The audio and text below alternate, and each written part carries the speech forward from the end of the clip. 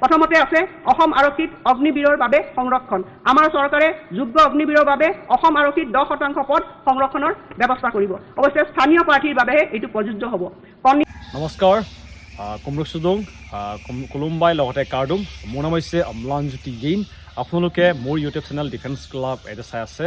তো প্ৰথমবাৰ মোৰ চেনেল প্লিজ চেনেল ছাবস্ক্ৰাইব লগতে বেল আইকনটো দবাব নাপাহৰিব। আৰু এইটো হৈছে মোৰ ইনষ্টাগ্ৰাম ID। যদি কিবা সুধিব থাকিলে সুধিব পাৰিব। এইটো ইয়াৰ নামতে মোৰ ইনষ্টাগ্ৰাম ID আছে। লগতে আপোনালোকে থাম্বনেইলটো চাই পিনে আহিছে, যোনটো আপোনালোকে থাম্বনেইল চাই আহিছে, এইবিলাক কৈছোঁ। সম্পূৰ্ণকৈ ভিডিঅ' চাব, তাৰপিছতে কমেণ্ট কৰিব। হয়তো বহুতৰ কাৰণে আজি ভিডিঅ'টো ৰিপিট কৰাৰ নিচিনা হ'ব আৰু বহুতৰ কাৰণে নতুন হ'ব। এটা মিছকনচেপ্ট বনি আছে যেন 5% যোনটো এক্সট্ৰা মাৰ্ক দিয়াৰ কথা ওলাইছে, আৰু লগতে বহুতো অসম পুলিচৰ আপডেট আহিছে। হয়তো আপোনালোকে বাজেটটো ভালকৈ চোৱা নাই, যোনটো বাজেট দাখিল কৰা হৈছিলে তাৰে ভিতৰত প্ৰায় 1 ঘণ্টা বেছি আছে ভিডিঅ'টো। এইটো কাৰণে হয়তো বহুতে ভালকৈ চোৱা নাই কাৰণে এটা মিছকনচেপ্ট বনি আছে যেন আমাৰতো ঘৰত চাকৰি নাই, আমি এক্সট্ৰাকৈ 5 নম্বৰ পাম, চাকৰি পোৱাটো সহজ হ'ব। আৰু যাৰ ঘৰত চাকৰি আছে তেওঁলোকে ভাবি আছে আমাৰ ঘৰত চাকৰি পোৱা আছে, এইটো কাৰণে এইবাৰ আমি চাকৰি পোৱা চান্সটো বহুত কঠিন হ'ব বুলি ভাবি আছে। এইটো কাৰণে সম্পূৰ্ণকৈ চাব। আপোনালোকক সকলো এই ভিডিঅ'তে এক্সপ্লেইন কৰিব চেষ্টা কৰিম। কিছুমান ভাল খবৰো আছে, আপোনালোকে খবৰটো শুনি পিনি ভাল লাগিব। তো বলো আজি ভিডিঅ' বিনা দেৰি নকৰাকৈ আৰম্ভ কৰোঁ। তো প্ৰথম ভাল খবৰটো হৈছে এতিয়াৰ পৰা অসম পুলিচৰ জোৱানসকলক ঘৰ দিয়া হ'ব। আপোনালোকৰ ফেমিলি লগতে আপোনালোকৰ পৰিয়াল, গোটেই ফেমিলি পৰিয়াল আপোনালোকে থাকিব পৰাকৈ আপোনালোকক ঘৰ দিয়া হ'ব। এইটো কাৰণে ভাল খবৰ। যদি আপোনালোকে এইবাৰ অসম পুলিচৰ চাকৰি পাই যায়, আপোনালোকৰ কাৰণে ফেমিলিৰ কাৰণে এটা ঘৰ আপোনালোকে পাই যাব। এইটো কাৰণে এইটো ভাল খবৰ বুলি ক'ব পাৰি। এইটো প্ৰথমটো ভাল খবৰ। এতিয়া আহিছোঁ দ্বিতীয়টো আপোনালোকৰ খবৰটোলৈ। তো দ্বিতীয়টো খবৰটো হৈছে আপোনালোকৰ হয়তো বহুত লগৰ লগতে এইবাৰ যোনটো অসম পুলিচত দিবলগীয়া সকলে কিছুমানে ইণ্ডিয়ান আৰ্মিত যাম বুলি ভাবি আছে, মানে অগ্নিবীৰ। আপোনালোকে হয়তো গম পাইছে অগ্নিবীৰৰ আজিকালি যোনটো চাকৰিটো বেছি দীঘলীয়া নহয়, তেওঁলোকক প্ৰায় 4 বছৰ দিয়া হয়। তাৰপিছতে 4 বছৰৰ কাৰণে কিছুমানে এতিয়া যাব ইচ্ছা কৰা নাই। কিন্তু আপোনালোকক এতিয়া অসম চৰকাৰে ঘোষণা কৰিছে যেন আপোনালোকৰ কাৰণে 10% ভেকেঞ্চি থাকিব অসম পুলিচতে। আপোনালোকৰ যোনে অগ্নিবীৰৰ পৰা ঘূৰি আহিব তেওঁলোকৰ কাৰণে 10% আপোনালোকৰ ভেকেঞ্চি থাকিব। এইটো হৈছে ভাল খবৰ। কিছু যদি আপোনালোকে আৰ্মিটো পাই যায় চাকৰি, আপোনালোকে অফিচত গৈ পিনি আৰ্মিত পুলিচতো আপোনালোকে চাকৰি পাই যাব। লগতে আপোনালোকৰ SSC GD আপোনালোকক হয়তো ভালকৈ গম পায়, SSC GDটো আপোনালোকৰ কাৰণে ভেকেঞ্চি থাকিব প্ৰায় 10% তাতেও থাকিব। আৰু তাত আপোনালোকৰ অকল ৰিটেনটো পাছ কৰিলেও হ'ল, আপোনালোকৰ কোনো ফিজিকেল টেষ্ট নহয়, আপোনালোকৰ ডাইৰেক্টলি চাকৰি হ'ব। এইটো হৈছে ভাল খবৰকেইটা। এতিয়া দিছোঁ নেক্সট আপোনালোকৰ বহুত ডাঙৰ খবৰটো হৈছে আপোনালোকৰ এইটো 5%। এইটো বহুতে মিছকনচেপ্ট বনি আছে, ভালকৈ এক্সপ্লেনেশ্যন কৰিব চেষ্টা কৰিম, সম্পূৰ্ণকৈ চাব। ৰাজ্যৰ চাহ শ্ৰমিক সম্প্ৰদায়ৰ উন্নয়নৰ বাবে আমি বিভিন্ন কল্যাণকামী পদক্ষেপ গ্ৰহণ কৰিছোঁ। তাৰ ভিতৰত আছে চৰকাৰী চাকৰিত 3% সংৰক্ষণ। প্ৰথমতে আছে অসম আৰক্ষীত অগ্নিবীৰৰ বাবে সংৰক্ষণ। আমাৰ চৰকাৰে যোগ্য অগ্নিবীৰৰ বাবে অসম আৰক্ষীত 10% পদ সংৰক্ষণৰ ব্যৱস্থা কৰিব। অৱশ্যে স্থানীয় প্ৰাৰ্থীৰ বাবেহে এইটো প্ৰযোজ্য হ'ব। মহোদয়, আৰক্ষী কৰ্মচাৰী আৰু তেওঁলোকৰ পৰিয়ালৰ বসবাসৰ সুব্যৱস্থাৰ বাবে আমাৰ চৰকাৰে অনাগত 5 বছৰত 1000 বৰ্গফুটৰ 2টা শোৱনি কোঠাযুক্ত 10,000 নতুন গৃহ নিৰ্মাণৰ পৰিকল্পনা হাতত লৈছে। সমগ্ৰ অসমত সিঁচৰিত হৈ থকা অসম আৰক্ষী বেটেলিয়নসমূহৰ লগতে লাচিত বৰফুকন আৰক্ষী একাডেমীত এই গৃহসমূহ নিৰ্মাণ কৰা হ'ব। এতিয়া আহিছোঁ মেইন টপিকলৈ, যোনটো আপোনালোকে মিছকনচেপ্ট বনি আছে বহুতৰ মনতে, আৰু বহুতে মোক কৈছে যোনটো বেয়া হৈছে, আৰু বহুতে কৈছে ভাল হৈছে বুলি কৈছে। যাৰ ঘৰত চাকৰি আছে তেওঁলোকে কৈছে বেয়া হৈছে বুলি কৈছে, আৰু যাৰ ঘৰত চাকৰি নাই তেওঁলোকে কৈছে ভাল হৈছে বুলি কৈছে। তো মানে চবৰে মিক্স ৰিয়েকশ্যন আহিছে ইয়াৰ ওপৰতে।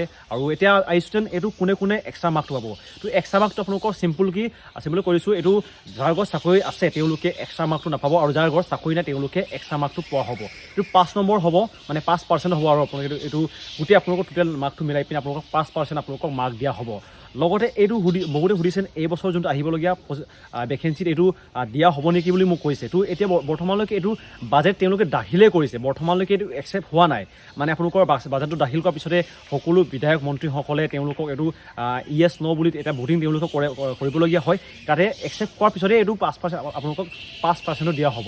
এইটো কাৰণে আপোনালোকে নিশ্চিন্ত থাকক যেন এইটো লাহে লাহে হ'ব। এইটো এইবছৰ হ'ব বুলি বৰ্তমানলৈকে তেওঁলোকে কোৱা নাই, চলিত বৰ্ষতে হ'ব বুলি কৈছে। মানে যিকোনো আপোনালোকৰ বাজেটত দাখিল কৰাৰ পিছতে মানে যেতিয়া একচেপ্ট হয়, প্ৰথমে এতিয়া তেওঁলোকে এইটো দাখিলেই কৰিছে, বৰ্তমানলৈকে একচেপ্ট হ'বনে নহয় এইটো বৰ্তমানলৈকে কনফাৰ্ম হোৱা নাই।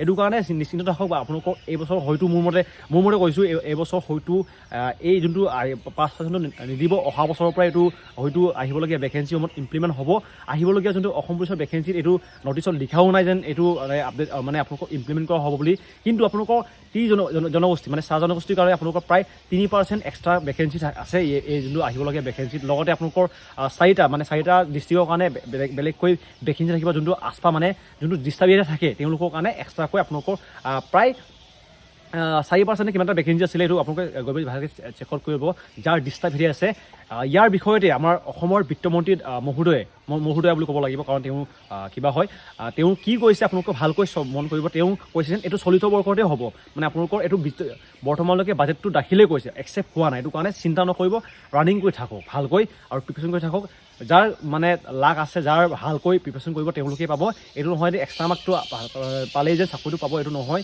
বহুতে কষ্ট কৰে মোৰো বহুতে এতিয়া বৰ্তমান এক্সট্ৰা মাৰ্ক নোপোৱাকৈ বহুতে চাকৰি পাই যায় এইটো কাৰণে চিন্তা নকৰিব আপোনালোকৰ সকলোৰে ভালকৈ হ'ব ইয়াৰ বিষয়ে আমাৰ বিত্তমন্ত্ৰী ডাঙৰীয়ানে কি কৈছে আপোনালোকক এতিয়া লগাই দিছোঁ অধ্যক্ষ মহোদয় আমাৰ যুৱক যুৱতীসকলক 1 লাখ চৰকাৰী চাকৰি প্ৰদান কৰিম বুলি আমাৰ চৰকাৰে দৃঢ়তাৰে ঘোষণা কৰিছিল 6 গৰাকী চাকৰি প্ৰত্যাশীক সফলতাৰে নিযুক্তি দিছে বিতং তথ্য অধ্যক্ষ মহোদয়ৰ সদনত দাখিল কৰিছো আৰু বিভাগ ভিত্তিক বিৱৰণ প্ৰকাশ কৰা হৈছে আৰু ইয়াৰ জৰিয়তে মুঠ 1,30,450টা চৰকাৰী চাকৰি সুবিধা সৃষ্টি কৰা হৈছে আপোনালোক সকলোৱে এই কথাত নিশ্চিত সহমত প্ৰকাশ কৰিব যে সম্ভৱপৰ কম সময়ৰ ভিতৰতে প্ৰথমবাৰৰ বাবে এনেকুৱা এক অভিলেখ পৰ্যায়ৰ নিযুক্তি প্ৰক্ৰিয়া সম্পন্ন হৈছে এই নিযুক্তি প্ৰক্ৰিয়াৰ জৰিয়তে সৰ্বাধিক সংখ্যক পৰিয়ালক সামৰি লৈ আমি সামাজিক সমতা সম্ভৱ কৰিব বিচাৰিছো চৰকাৰী নিযুক্তিত সামাজিক সমতা অধ্যক্ষ মহোদয় আমি প্ৰায় লক্ষ্য কৰোঁ যে এটা পৰিয়ালত কেইবাজনো চৰকাৰী চাকৰিয়াল থকাৰ বিপৰীতে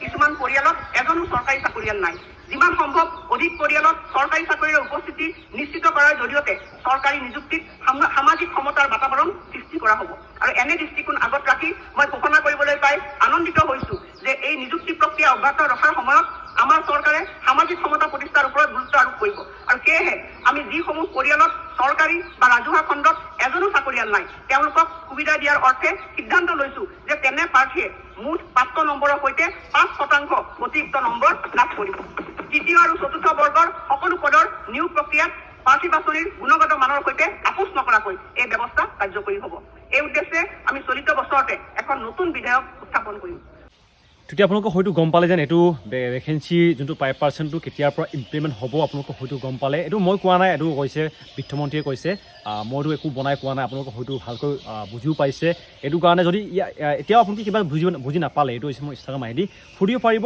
কিহৰ বিষয়ে আপোনালোকে গম নাপালে আৰু নেক্সট ভিডিঅ' কিহৰ ওপৰত লাগে আপোনালোকে কমেণ্ট কৰিব লগতে ডাইলৰ বিষয়ে সুধি আছিলে ডাইলৰ বিষয়ে এটা ভিডিঅ' আনিম তো আজিলৈকে ইয়াতে ভিডিঅ'টো সামৰিছোঁ ধন্যবাদ ইমানখিনিলৈ সম্পূৰ্ণকৈ ভিডিঅ'টো চোৱাৰ কাৰণে আৰু লাগি থাকক আৰু নিশ্চয় সকলোৱে এদিন লগ পাম সকলোকে নহয় সকলোকে লগ পাম ট্ৰেইনিঙৰ দিনা